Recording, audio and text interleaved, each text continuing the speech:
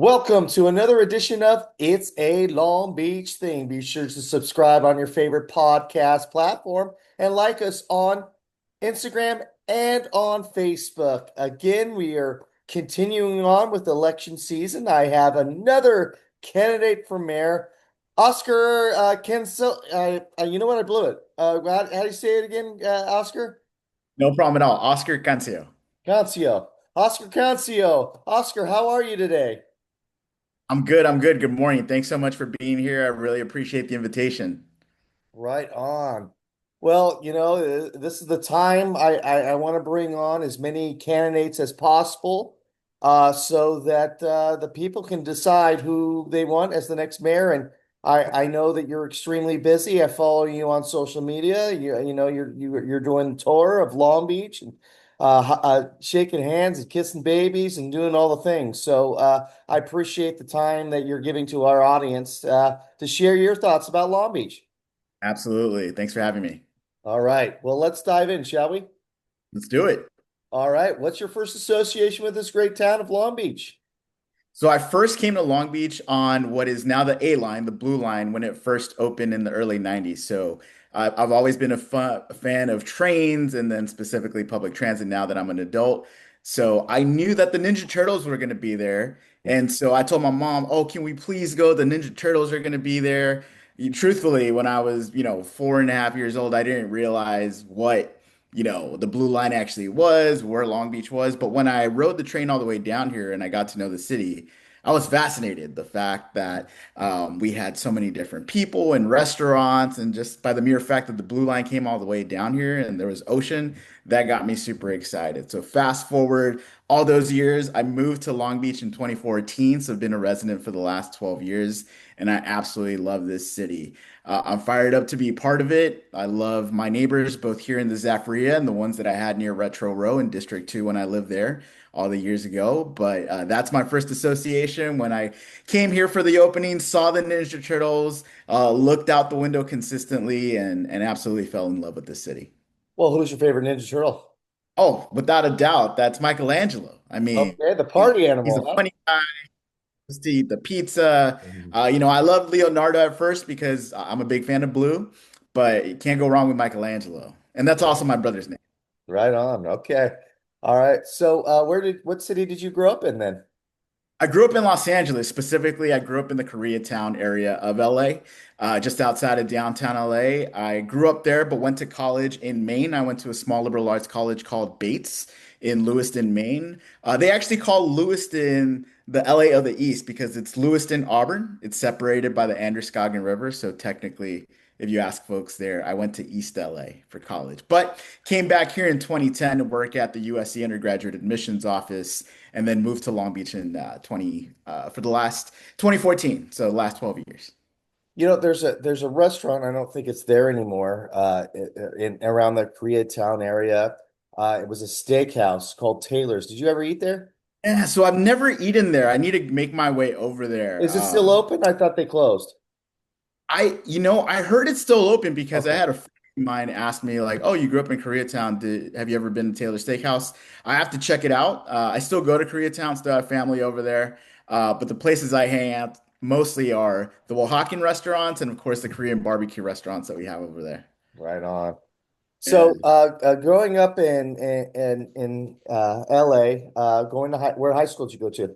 I went to Harvard Westlake in the San Fernando Valley. So they have two campuses. They have one pretty close to Westwood, the UCLA campus. They have grades 7 through 9 there. And then right over the canyon, they have the upper school, which is grades 10 through 12. So I went 1 year to the middle school for grade 9, and then 3 years at the upper school in Studio City. How was that drive? I know technically mileage wise it's not that bad, but you're talking about the heartbeat of traffic getting to school. How was the drive and how did you get there? Did you take the bus? How did you do it?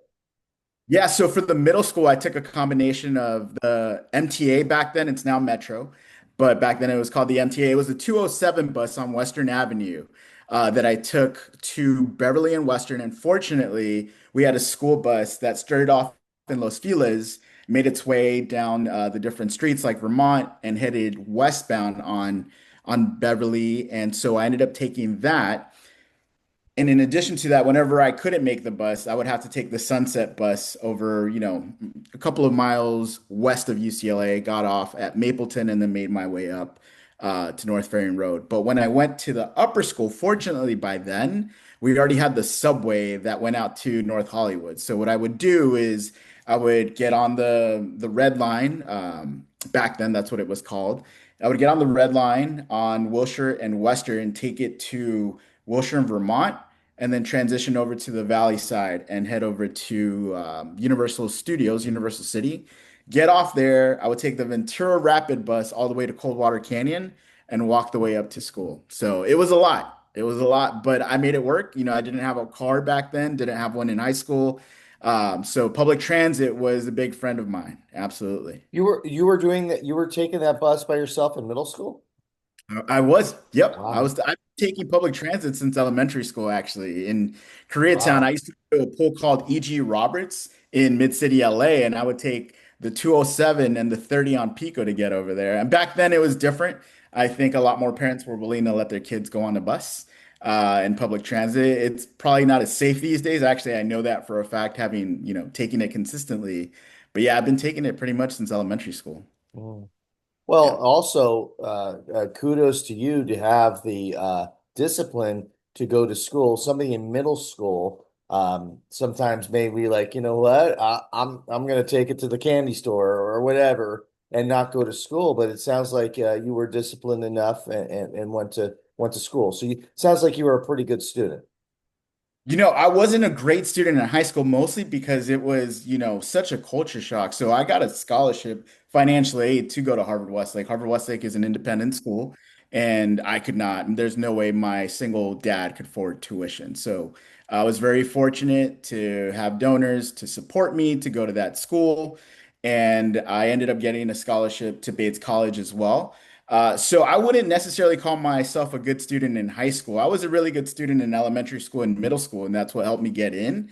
But because it was so difficult, I mean, these students had private tutors, they had people at home making meals for them. I didn't have all that. I had to work in high school. I worked at a smoothie shop called Surf City Squeeze at the Beverly Center in LA, and I also worked at the Coffee Bean in Hollywood on Fountain. So I didn't have those resources. And because of that, my grades suffered, unfortunately. But I had teachers there and people there that were incredibly supportive of me. One of them being my ninth grade dean slash football coach slash Uber driver. He would pick me up when I couldn't make the bus. He would pick me up at like 5 in the morning, drive me over to campus. I had a job on campus, and that definitely helped sustain me and help my family out. His name is Greg. I won't mention his last name because I'm not sure if he wants to be put out there like that. But Greg at Harvard Westlake has been an incredible supporter. We're still really good friends, and just an amazing individual that made sure that I succeeded at Harvard Westlake.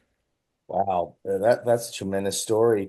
I want to pick your brain on something. You mentioned that you were raised by a single dad. I was raised by a single mom, and like for me, like obviously I got the the emotional side, raised by a mom, but like probably like your dad, she had to work a lot of jobs to make ends meet. So there were some times where I didn't see her as much and had to be independent like you were. Probably not at the same extent. And middle school I wasn't, but definitely in high school. What would you say growing up with being growing up from a son from a single dad? What do you how did you feel that brought you up? Yeah, it was tough. You really had to figure out things on your own oftentimes. My mom passed away just before I turned 5 years old in the early 90s, and that was really difficult, especially for my father. That was the love of his life and his partner. So having to raise two kids on your own and eventually linking up with my stepmom and then separating and having more kids, that kind of was a difficult transition for us. I was very fortunate that I had his older sister, my aunt, my tia Rebecca. She passed away sadly in 2017, but her memory lives on, and she instilled so much discipline in me, making sure I woke up early, did my homework, brushed my teeth before I went to bed.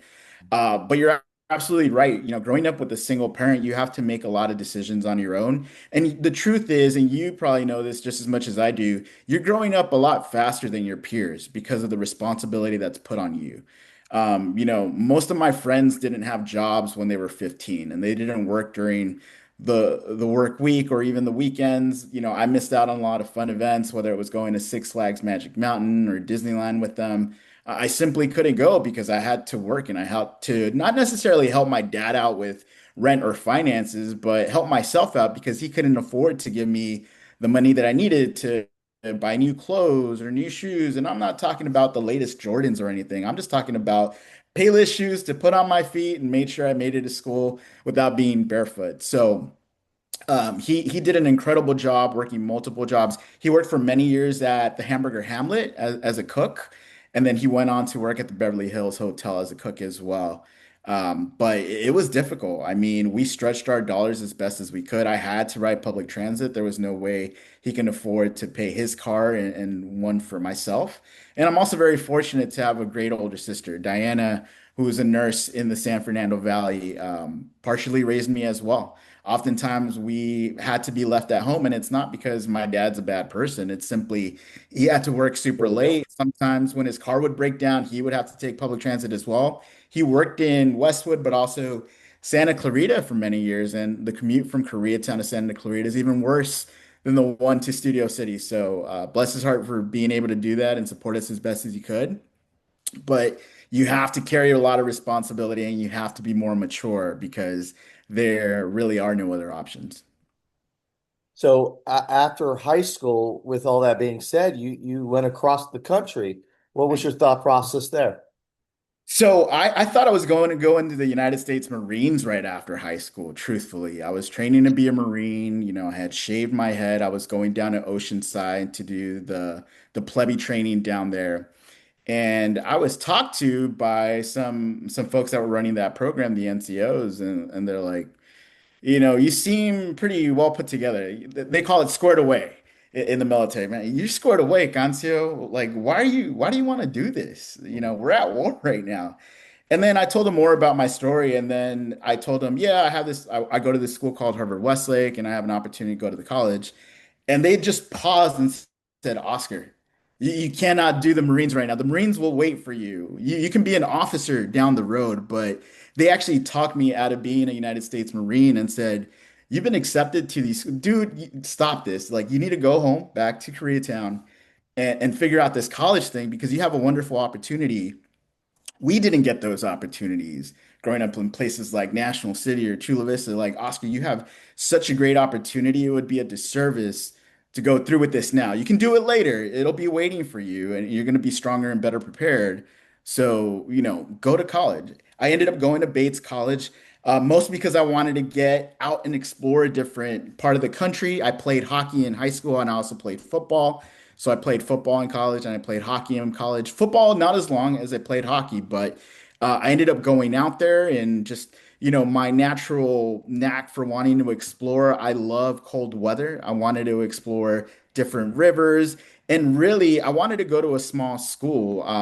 We have some wonderful universities out here. I've worked at USC, and that's a great place. I went to school for a business certificate at UCLA, so I know that campus in and out as well. But I really wanted that small school experience. So, what spurred me to go out there is just my love for hockey, for one, and the fact that they actually had a fly-in program that was free that I partook in on scholarship and got a chance to explore. So it was really a great opportunity for me. I spent 4 years there as an undergrad and then worked 2 years in the college admissions office at Bates as well before making my way back to Southern California. Well, a lot of questions there. First off, how the heck are you able to play two sports, go to school, and hold down a job? How that all come about? I mean, geez. Yeah, I made it work. I was committed. And so when I played hockey in high school, we had practices and games in Panorama City. So I would take the bus over there. And, look, it wasn't all just me on the bus. Friends would see me walking with my big hockey bag and hockey stick and pull over and say, Hey, Oscar, get in the car. Where can we take you? And it was very nice of them to do that. They wouldn't take me all the way home because it was a very dangerous place, but they would drop me off on like Wilshire Boulevard or on Western, so I can take the bus the rest of the way. But I would go to Panorama City on the bus. I would take the Green Line down to El Segundo. It's now the Toyota Sports Center. It used to be called Health South, but that's where I played hockey. I was a left wing back then, and I just made it work. And I played football. I was in high school, I was left tackle, but in college, and then I transitioned into a running back. But in college, I was a fullback.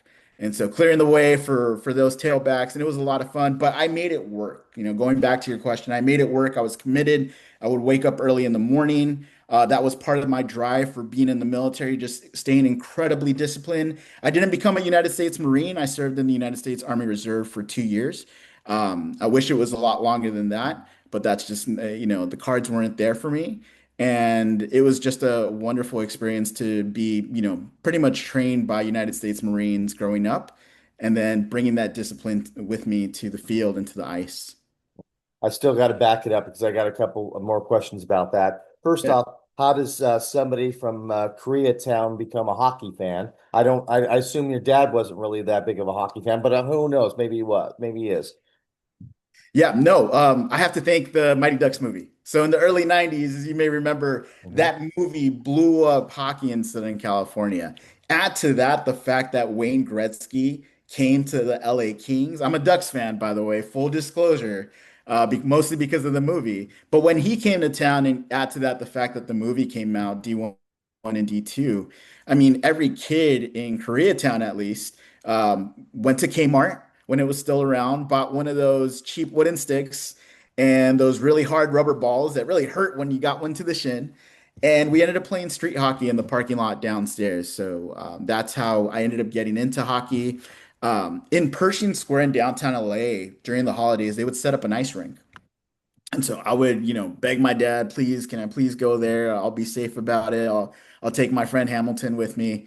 And then we would go there and skate. And, I'd be lying to you if I said I knew exactly what I was doing. I looked like Bambi out there, and I was a terrible hockey player to start off with, but I made it work. I would take there's a bus in downtown LA. I think it's the 460 if it's still that will take you all the way to Anaheim. And there was an ice rink out there. It would take me one bus to get to Anaheim, but then five buses to get to the Culver City ice rink, which was the closest one to Koreatown at the time.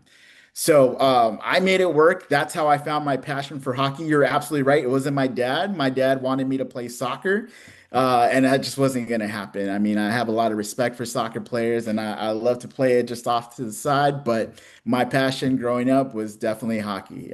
You can ask my friends, and they'd tell you the exact same thing. And of course, my friend Hamilton, the one that I mentioned earlier, had a lot to do with that. We would stay up super late rewatching those movies and pretending we were Paul Correa and Teemu Solani scoring goals on the LA Kings. So it was a lot of fun. And that the crazy also, you weren't a Kings fan, you were a Ducks fan. Sorry about their loss yes the other day, It's but okay. but they had a great season. Yeah. Also, I want to highlight the fact that you had such great recruiters in the Marines because I hear horror stories about that where that there's people out there that will lie so that they get people into the services. And it sounds like the person or the people that you were talking to really had your interest at heart over the Marines, and that gave me goosebumps of what great people that they did that because I'm sure they get I don't know commission or something off of getting people in, and the fact that they were so caring to you at such a young age is really remarkable to me. Yeah, absolutely. One of my biggest regrets, and I'm not here to blame my dad about this, but when we were moving from our apartment in Koreatown over to a house on the other side of Koreatown to live with my aunt when she was able to get one, we threw away a bunch of those memories. So I had a whole box of things from the Marines and their cards. They have these business cards and things like that. I would be lying to you if I remember their exact name and rank, but I was like, oh, that's such a bummer because I would want to go back and thank them and tell them what I ended up doing. But yeah, they had my best interest at heart. I remember that because it was me and another plebe right there. And we were just talking about our stories, and it was just an opportunity to rest on the beach after we did a 3 mile run.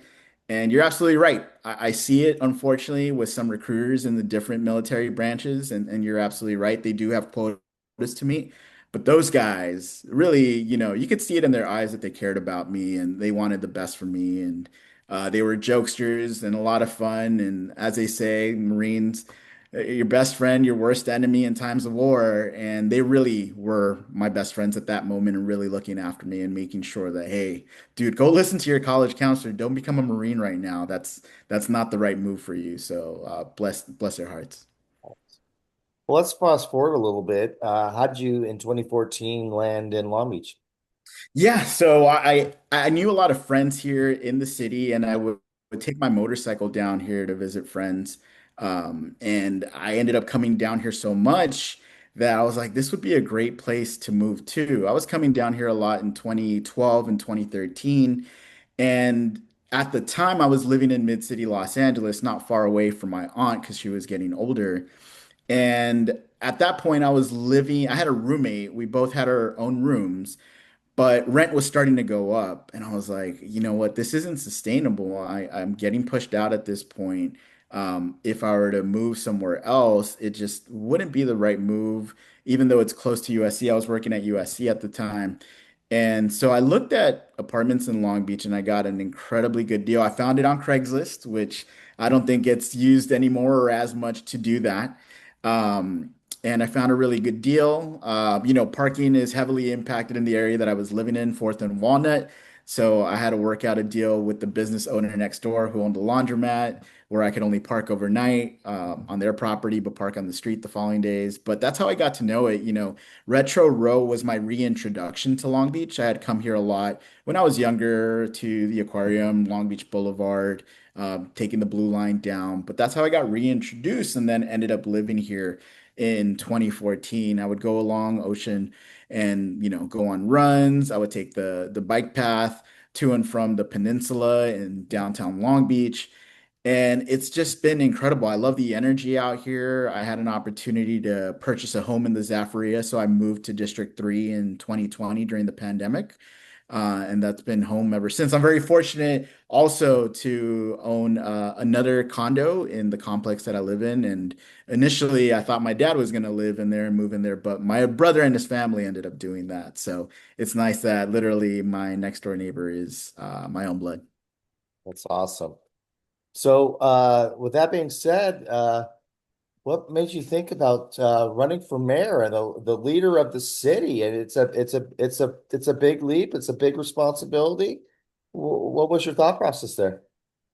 Yeah, I had zero intention of running for mayor years ago. When I first moved to the city, Robert Garcia was mayor, and I was really excited about that because he looked like me, he talked like me, he has this immigrant background, and I thought it was absolutely beautiful, the first openly gay mayor of the city. And then after living on Fourth and Walnut near Retro Row for a year, I started to notice things going down, homelessness, the dirtiness of our alley, the fact that people would break in and steal our mail or our plants. I mean, it was getting to the point of being ridiculous. And it was really upsetting. And there was a Halloween shooting, I believe it was in 2019, that I actually didn't witness happening live, but I was literally down the street when that happened, and I ran over to check what was going on because I had friends living in that area. I had friends living on Ohio and on 7th Street, so I was like, they weren't answering their phones, so I panicked and I went and I saw bodies on the ground, unfortunately, and it was really gory and gruesome. It was really sad to see those families being impacted by it was gang violence. I believe 3 people passed um, because of that mass shooting. And again, I reached out to Dr. Garcia. So did a lot of my neighbors, and we were met with nothing. And calls went unanswered, emails went unanswered, never replied back. Going to city hall meetings didn't really do much. So that kind of instilled the bug in me. I was really frustrated. I was initially such a big supporter of this guy, and then for him not even to respond to us or to dismiss us was really disappointing. Fast forward a few years later to the election that we had 4 years ago between Rex and Susie Price. Many people remember this, but I don't want to assume, so I'll briefly explain what happened. In the city of Los Angeles, Nuri Martinez, who was one of the city council people, was caught saying something incredibly racist along with some other city council people about the Oaxacan people and culture. So my dad is originally from Oaxaca. My mom is originally from Puebla. Their Spanish was not the language that was spoken at home. It was either Zapoteco or Totonaco, indigenous languages to southern Mexico. And that really hit home. So it hurt a lot of people in the community, Los Angeles having such a big Oaxacan community. And I know it hurt people here in Long Beach because we have a growing Oaxacan community. And so I was really frustrated. I made sure to send messages to City Hall in Los Angeles, even though I'm no longer a resident of LA, to voice my frustration.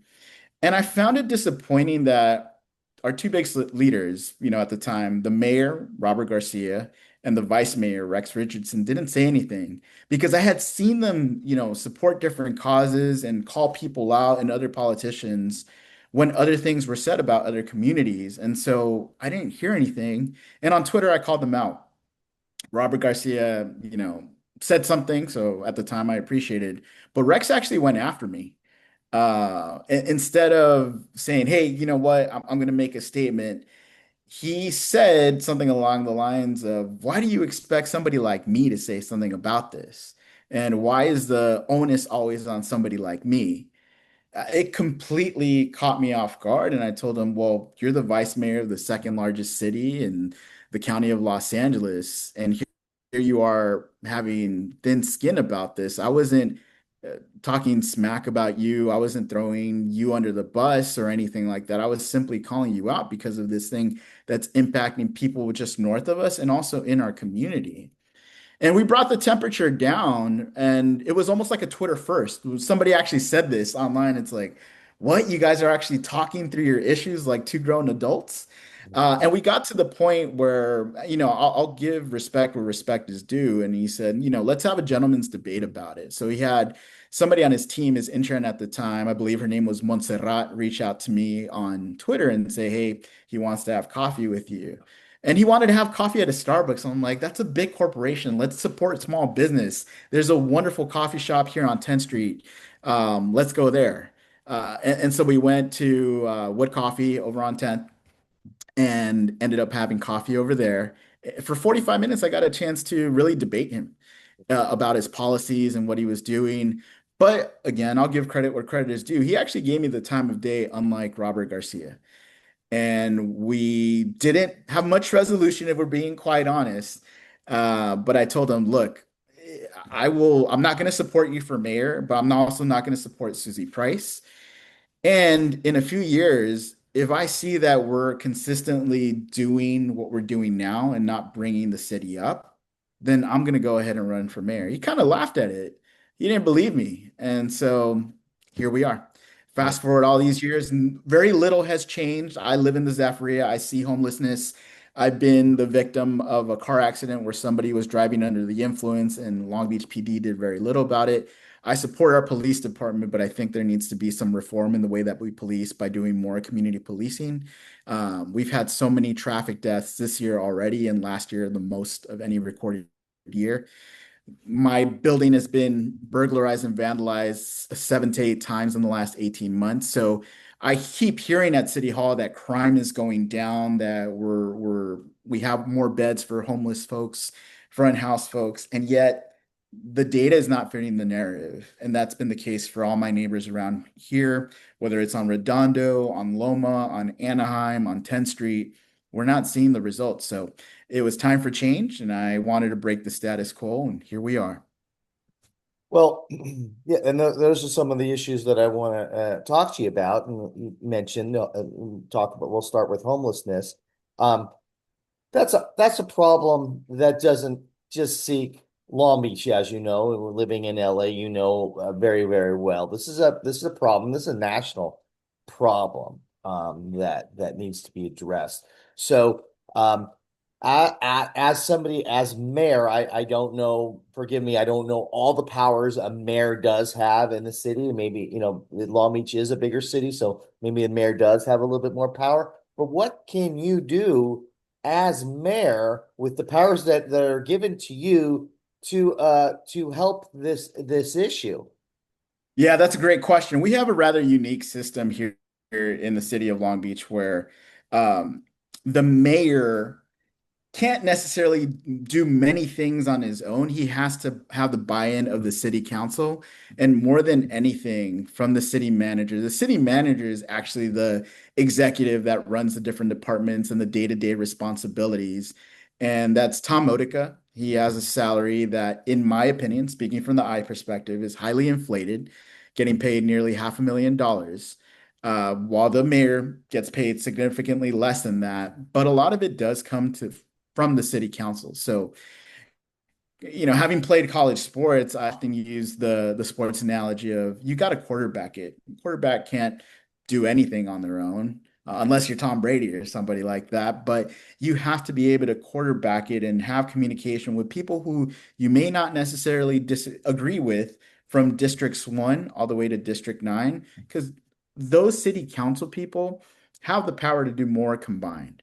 And so you're absolutely right. It's not just a Long Beach issue, it's a California issue, it's a Southern California issue, it's a Western United States issue.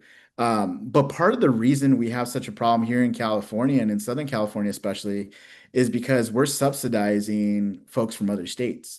I go around and actually have conversation with unhoused folks, and they're not from here. They're not from LA County. They're not from California. They're places like Tennessee or Northern Texas, Michigan, Indiana. They're coming from places where the weather is not as nice, the resources aren't as abundant, and so they come here. And so we need to hold those cities and those states accountable. Again, the mayor cannot do it alone, but the mayor can have conversations with the city council and especially with the city manager and our attorneys to put pressure on both the state and our partners at the federal level to make sure that those other states who are sending their residents over here because they don't have the programs or simply don't want to deal with them, that they're held accountable for it too.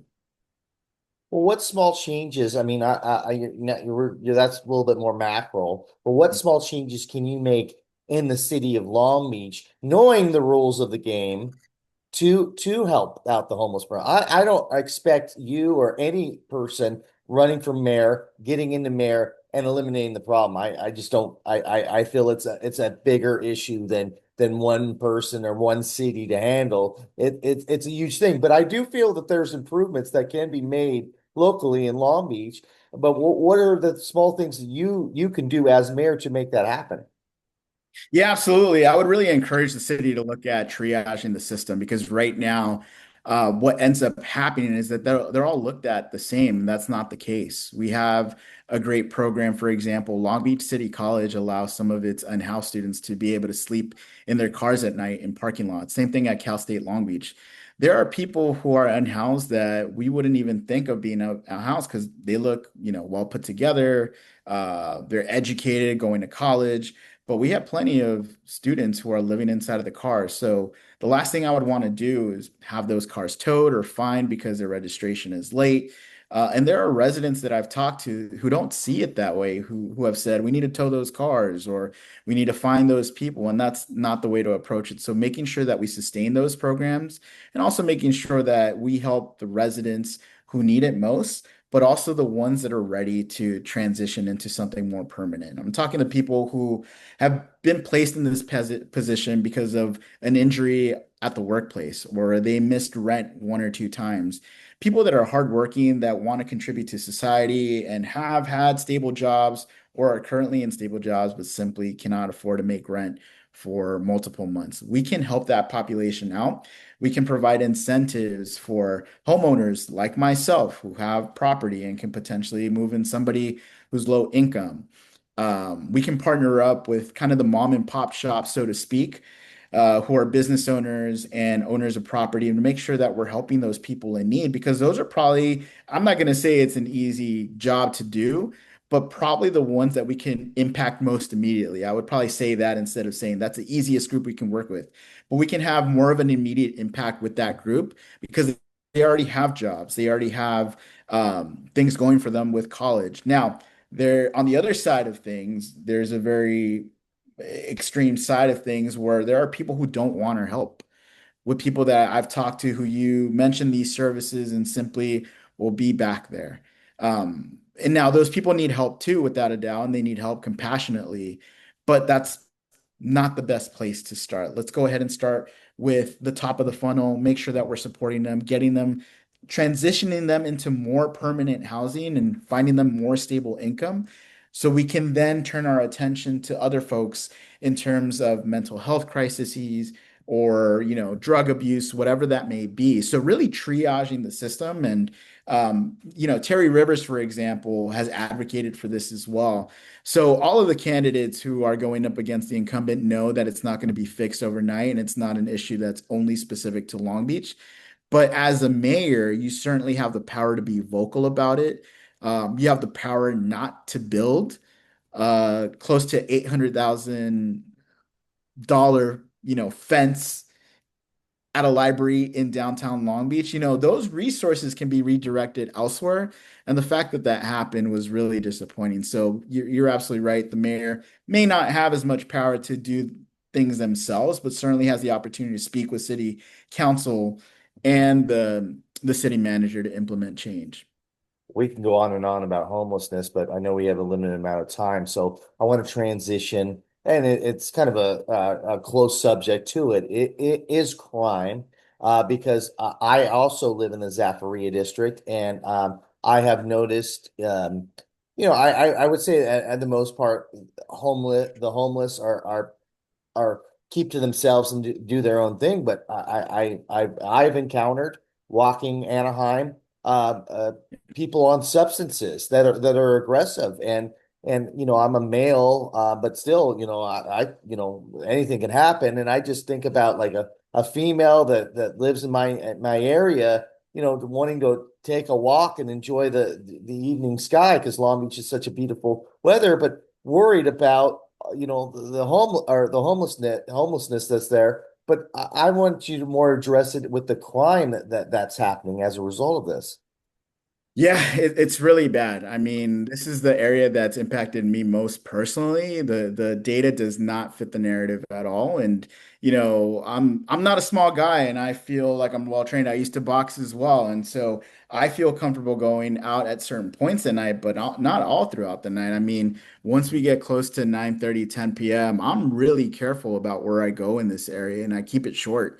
I try to avoid places that are, east of Redondo on Anaheim because I've seen it happen there. I literally saw an assault a month ago that I called in to Long Beach Police, and the the patrol officer simply did a lap in his vehicle and went away. So crime is really high in this area. I had an opportunity to go to the coffee with the commander, the new commander that we have here in the East Division, Commander Quinones.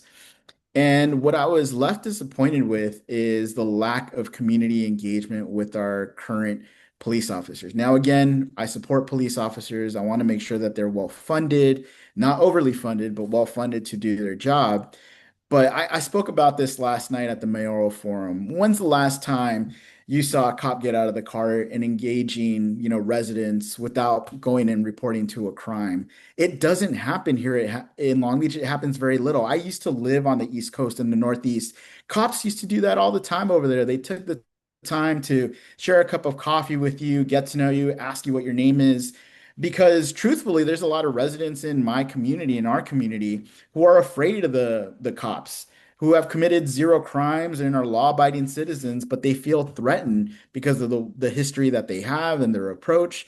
So I think it's an opportunity for our police officers to engage with the community and get to know them because crime is also heavily underreported. I have a lot of folks here who are neighbors who are like, Oscar, I'm not going to call that in. They're not going to do anything about it. Yeah, we had a break-in. They only stole so much, so it's less than a certain amount. It's not going to be a felony, so why even go through the trouble? Before when there was crimes committed here, we would have a detective show up.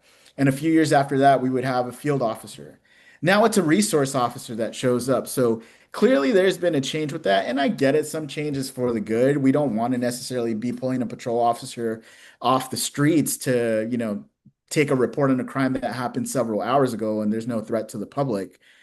But all of that's to say that we have an opportunity to really speak with our officers and Chief Wally to make sure that they're actively engaging with the community. Because the other thing that I heard at this coffee with the commander event was, oh, Oscar, we're putting on all these different events for the community. We have the gang intervention nights over at the different parks. And I was thinking, well, you're not meeting residents where they're at. It's wonderful that you're putting all these events together, but you're not meeting residents where they are. Go to the streets, go to the coffee shops, talk to the business owners. You're being reactive about it instead of being proactive about it. So it's something's got to change because I feel it too. My building's been broken into, 7 or 8 times in the last 18 months, and that's problematic. We're all feeling it. And I will say under the same breath that people are getting tired of reporting on it because very little happens. I see the comments on Nextdoor, I see it on the Citizens app, I see it on social media, but we're getting sick and tired of it. And to your point, my sister-in-law who lives here in Long Beach as well, my brother and I walk her back home at night when she's getting off of work, when she doesn't have her car. Or we will walk with her and together as a group because we feel safer in numbers. But that shouldn't be the way. We should feel absolutely safe in our own community, being able to walk our dogs or hanging out with one another on the streets. But the cities and the streets have gotten incredibly empty because of the crime. Well, I have to push back a little bit on some of that because you're talking about community engagement with the police, and I got to give them a little bit of slack because they're underfunded, and like they don't sometimes they don't have enough resources to walk the streets and talk to the business owners and the residents and do that work, which is I agree with you is 100% important. But if they're not able, if they don't have the resources, the manpower to do that, they kind of have to, just, basically, take care of the big issues because they don't have the resources to take care of the smaller issues. So, as mayor, what can you do to help that situation so that the police department is properly funded, not overly funded, like you mentioned, properly funded, so they have the resource to do the things that you're mentioning. Yeah, no, that you're absolutely right. We are understaffed with our city police department, and that needs to change. It's a fine line because, as I mentioned earlier, you don't want to overfund the system. So, at some of the recent city hall meetings that we've had, there have been $1 million proposals that have been approved for the Long Beach Police Department, but not necessarily for more recruitment, more personnel, more academy classes, but for major contracts for surveillance equipment. We need to be incredibly careful about that because the last thing we want to do is turn into a surveillance state. So why not redirect those funds to personnel instead of fancy equipment? Will it be helpful? Yeah, it's a nice to have, but it's not a need to have. Kind of like United States Marines, you do the most with the bare minimum, and I have to applaud our officers for doing just that.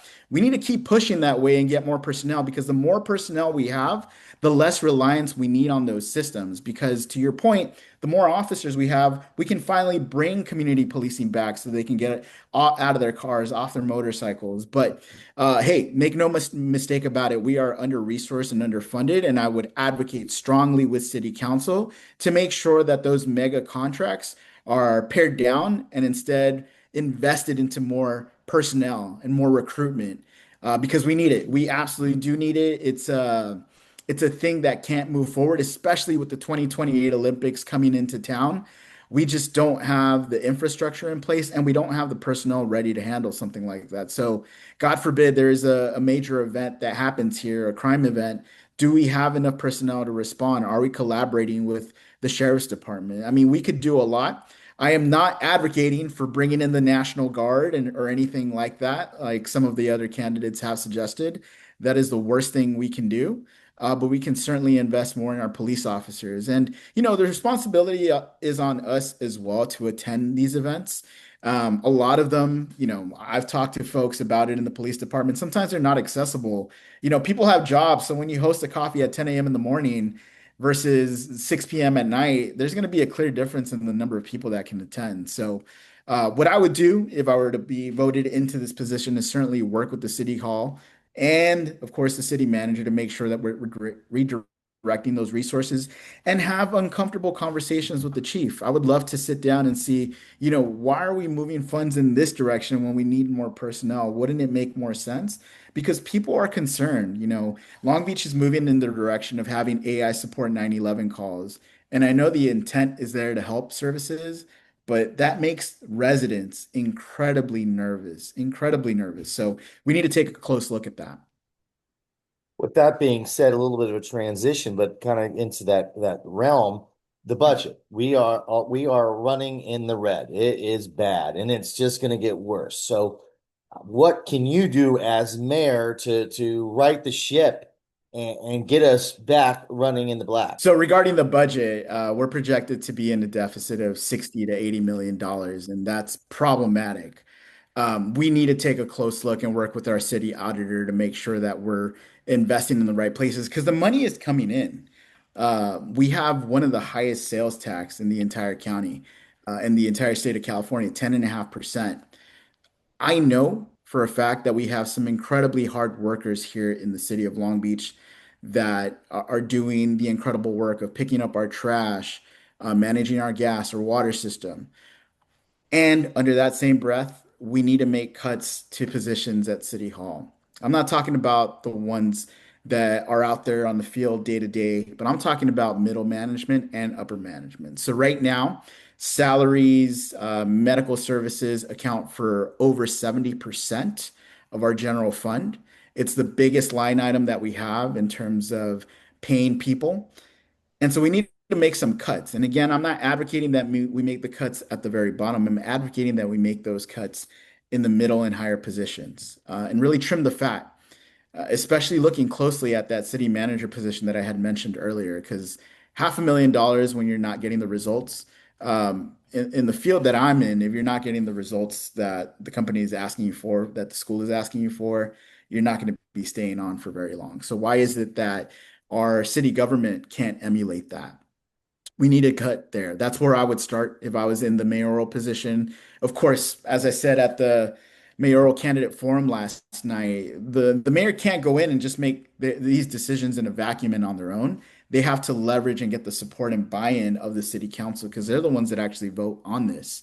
Um, and consistently, what I've seen at City Hall is that all the green check marks are there, meaning 9-0, 9-0, 9-0. These people are always in agreement with one another. There's never spirited debate. There's never conversation about these things. So that needs to happen. So I would start there.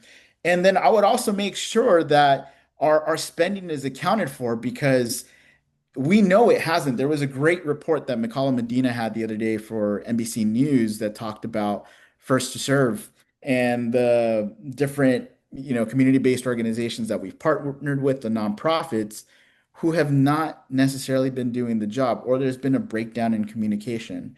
We're currently being sued by another nonprofit who said we haven't paid them out because of the things that supposedly they haven't done. But it sounds like it's just been administrative things that haven't gone through and the city hasn't done their part. Having all these positions at City Hall and yet we can't get consensus there, that to me is a red flag and lets me know, hey, people, one, aren't doing their jobs at City Hall, or two, we have people in positions who are not well trained and we need to fix that. So cutting staff in a humane way needs to happen, but we need to cut staff, unfortunately, to right side the budget.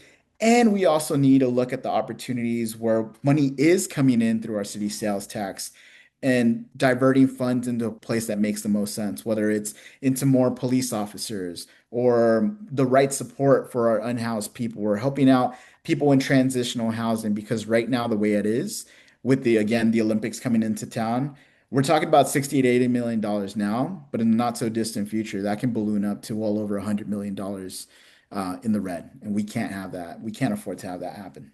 Well, I appreciate you being very candid about your answer there, and obviously you're coming from not a politician background when you're giving that answer. But that being said, you running for mayor and you talking about cutting laying off people jobs, that gets people a little nervous. And you're talking about people in City Hall, that could vote on this stuff. What would you say, to people that may consider voting for you, but like, oh man, I don't know if I want to vote for Oscar because he's going to go in there and he's going to start laying off people, and I need a job, and I don't know if I would want to vote for that. Yeah, absolutely. I think that's a great point and a great counter that I'm prepared for. I'm not advocating that we lay off people who are the most vulnerable, the ones that you see picking up our trash, working on our gas. I'm talking about the upper paid positions, the ones that are getting paid hundreds of thousands of dollars in middle management, upper management. Now, it's still something that we need to be human about, but those people are in a much better position to recover. I was laid off recently, and it was hurtful, it was sad. But at the same time, I was prepared to take that on because I can manage my finances. I'm very blessed. I'm privileged to be completely honest with you right now at this point to have been put myself in this financial position where, God forbid, tomorrow I'm laid off again. I can survive for the next 2.5 years without pay. Not everybody's in that position. But going back to your question, there's a lot of people in City Hall who don't even live in the city of Long Beach. Now, I'm not advocating that we start with them. What I'm saying is it's not going to be as impactful to the city as many people may think, because that's probably one of the most unpopular things I've been saying on these mayoral candidate forums. It's like, whoa, this guy's advocating to, lay people off. That can contribute to homelessness. That can contribute to people going on public services. But the truth is, the city was pressured because they had to hire more Long Beach residents and fast track things. That's not something that they said, oh, let's be proactive about this. They were pressured by folks in the city saying, hey, I'm a resident of Long Beach. I've never been able to get an interview with the city, or I've never been able to actually get a job, or the things that we're doing are not really working. There was a gentleman that went to City Hall the other day. I don't want to butcher his name, and I don't know if he would want me to say this out loud, but so I'll keep it anonymous, but people can go into the City Hall archives and see what I'm talking about here. But he was talking about being a black worker in the city of Long Beach, being underpaid and being reprimanded by higher ups for things that he didn't even do. Now, there's always, two sides to the story, and we would want to give the other side the opportunity to say something. But what I'm hearing from him is also what I'm hearing from a lot of other workers in the city who have voiced these things. So I'm not advocating that we put those folks out of their a job. I'm advocating that we keep those folks and hire more people who are residents of the city of Long Beach into those positions and really cut the fat at the very top. But I'm not running to be popular. I'm running to make sure that the city gets on the right track. And sometimes you have to make very difficult decisions and make them in a humane way. Because at the end of the day, the last thing we want to have happen is people getting laid off and relying on government services to get back on their feet. I know we're kind of on limited time here, so what would you like to tell the audience about you or about your candidacy or what you like to do, and how can people support your campaign and get a sign for their front yard or what have you? Yeah, well, thanks again so much for the opportunity to speak with you. I know your time is limited as well, so thank you for bringing me on and giving us all a platform to talk about how we want to move the city in the right direction. Like many of the other candidates that are challenging the incumbent, I am not a career politician. I've been a passionate member of the city for the last 12 years. I've been engaged civically. I go to city hall meetings, and when I can't, I certainly look at them on LBTV to make sure I'm well informed. When I don't know the answer to a question, I used to be a school teacher many years ago. I would always tell my students, if you don't know something or if I'm explaining something to you that's a little too fast, go ahead and pause me, ask me questions. You always want to go ahead and ask rather than assume. There are many more issues that we haven't even addressed today that I want to learn more about. And the only way to do that is by talking to residents, having a cup of coffee with them, stopping them on the street, getting to know them on the bus like I did last night when I took the bus over to the mayoral candidate forum. You have to be able to engage with people that may not necessarily disagree with you. You have to get out of your comfort zone. I'm going to be the candidate that does just that. I'm going to be able to speak to a wide variety of people, people that uh, disagree with me mostly, and get them to the table to voice their opinion because everybody has that right in a democracy and what we live in. The three top things, again, that I'm advocating for: public safety, a reduction in crime, making sure that we're doing our very best to limit the number of fatal traffic accidents in the city. And of course, we can't do that without the right budget. So those are the top three things: public safety, traffic accidents, budget. And there's a lot more things that go into this. We want to make sure to invest more into public transit. We want to make sure to invest more into our parks, so our young adults and young kids have the opportunity to play freely without the fear of having anything violent happen to them. So I want to make sure to get to know more residents. I've been out to all nine districts. I live in District 3, but the problems we have in District 3 are not the same ones that are happening in District 7 or District 9. There are air quality issues happening in District 7. There are more violent crimes happening in District 9. So we need to, as not just candidates, but as residents, get to know one another a little bit more and get outside of our comfort zone, because we can't move forward as a city unless we move all nine districts forward. It can't just be pick and choose one or the other. We really do have to support the ones that need it the most. And so our city can move forward in a way that makes the most sense for everybody. You can learn more about me on my Instagram. That's Cancio for LB Mayor. You can learn more about me on on my website, cancioforlbmayor.com. I live in the Zaffaria, so I often visit the different restaurants on Anaheim, on Redondo, so you can stop me over there. But you'll see me on the road. You'll see me on your streets. You'll see me pounding the pavement. Please feel free to ping me, and I'm happy to give you some flyers. I'm a self-funded candidate. I am not asking for any donations at this moment. I am completely self-funded, and I have committed to spending under the threshold that City Hall has available to the different candidates. And so I want to make sure to not rely on corporations and people that can sway votes. I want to be as self-funded as long as I can. I know that if I were to make it to the runoff in November, if I were to be one of the two candidates in that position, at that point, I will need a fundraise. But for now, I'm keeping it self-funded, and people can learn more about me there. Excellent. Before I let you go, you mentioned a little bit. It sounds like you go to a lot of restaurants in the Zapparia. But where do you like to eat in Long Beach, Oscar? Oh, Cañadas is one of my favorite places. It's a place right here on Anaheim. They are of the Jalisco variety with their Mexican food. So before I would eat the torta ahogada, it's the torta, the sandwich with all the different sauce on it. I've transitioned more into their marisco plates. So they have the mojarra, which is a fried fish with the rice and beans, and the corn or the flour tortillas go really well with that. So that's absolutely delicious. I love going to Good Time on Coronado and Anaheim. They have, I'm a little biased because they make it so good, but that's probably the best breakfast burrito in town. And I would invite other places to let me know about their breakfast burritos. I'm happy to support your business as well. So those are two of my favorite places. Shanghai, the Thai restaurant that we have here on Anaheim as well, is one of my favorites. Hey Brother Bakery, that coffee shop is newer to the Zaffaria, but I absolutely love going there as well. And of course, some of the taco stands that we have around here. Tacos du Ciel, which is on Termino and 7th. They make some really good street tacos. So those are just some of my favorites. But I went to Mima's in District 5 recently, and that was absolutely delicious. There's a Filipino bakery on the west side of Long Beach that is really good in District 7. I'm gonna mispronounce it, but I think it's pronounced Gemai Bakery. I got a chance to meet some of the workers there, and I had an absolutely delicious cake. So I highly encourage people to get out, and we have so many great independent restaurants and coffee shops here in Long Beach.